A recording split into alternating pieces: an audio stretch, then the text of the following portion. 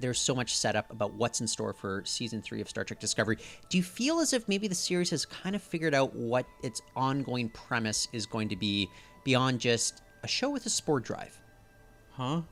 I'm sorry, I'm just still completely stunned by what I just saw. Dazzled by some of the best action sequences that we've ever experienced in Star Trek, and I'm including you, Kelvinverse, JJ movies.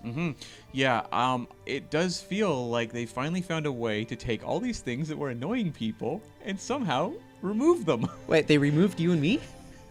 You can never remove us. Okay. But I mean, yeah, it does feel like all these complaints fans had, like the spore drive and all this sort of stuff, they're like, that's not canon, and it's true. We always thought it was silly, but they've actually found a way to actually remove all these elements and also have, little bits like Spock saying, we'll never speak Burnham's name again. Which made me kind of roll my eyes to a certain degree. But look, Sure. it means as we don't have to, just get all riled up about that particular piece of retconning. I mean, I will take the one line of explanation over nothing. Yeah.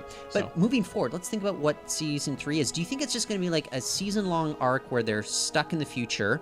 Or do you think it's going to be, I guess, the premise of this series moving forward? And if so, what does that lend itself to storytelling-wise that we were not actually getting prior to this?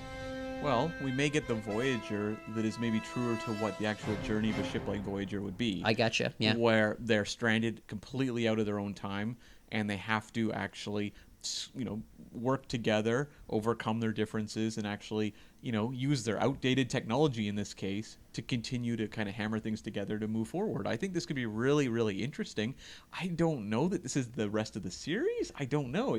If it is, it's going to be a great trajectory for a show. But don't you think if they're going so far, being so bold as to Spock proclaiming we've been sworn to secrecy and will never utter Burnham's name again, does that not mean that they're essentially saying, yeah, we're going to keep them separated from the ongoing timeline from here on out for what could be, 3-4 seasons? Who knows? Yeah. I mean, I don't think Discovery is a 7-season show, so if you tell me you have 3 seasons set in the future, that makes complete sense to me. Okay, so let's think about some of the characters and what's going to be going on there. Look, it appears, at least if you're interpreting things literally, that Culber and Stamets are back together as a couple. I had a bit of a different interpretation that maybe Stamets was having some sort of hallucination about what his idealized, reunion would be with his husband. It could even be that they want you to be able to look at this with a bit of ambiguity, and they'll decide when they write season 3 where they want to go with it. Because I would not be surprised if Dr. Culber is replacing Dr. Boyce on the Enterprise if we do get a 1701 spinoff that everyone is speculating about. But we saw they never hammered down who the captain would be in season 3. They left that as well. The big question. You want to kind of have some strands that you can maybe, you want some freedom for when you're writing season 3 as opposed to feel like you're on a track where you have to go what you set up. It's got to be Saru, right? Like he's the one. He's it. literally in the captain's seat throughout this episode. But then I'm like, that's so obvious that why have the line about there'll be discussions about this? Yeah, I know. Because that is the logical answer would be Saru.